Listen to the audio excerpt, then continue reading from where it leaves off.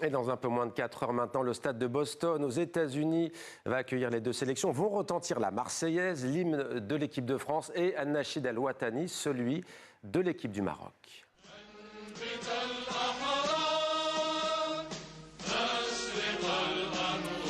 Slimane Zeguidour, bonsoir. Cette hymne, il a une histoire plutôt insolite, on va le voir avec vous. Une histoire très particulière et intimement liée à la Coupe du Monde de football. Racontez-nous. Oui, Mohamed, et plus exactement à la Coupe du Monde de football de 1970, organisée au Mexique.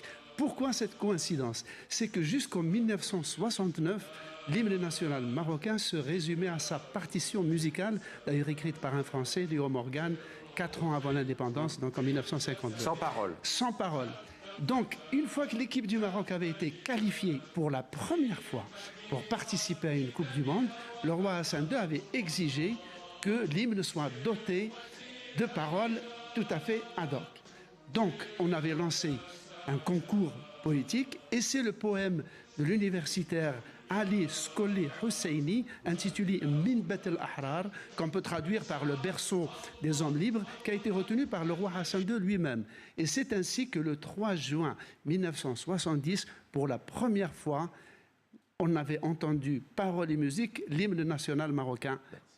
Merci beaucoup Slimane. L'hymne qui va retentir ce soir, évidemment.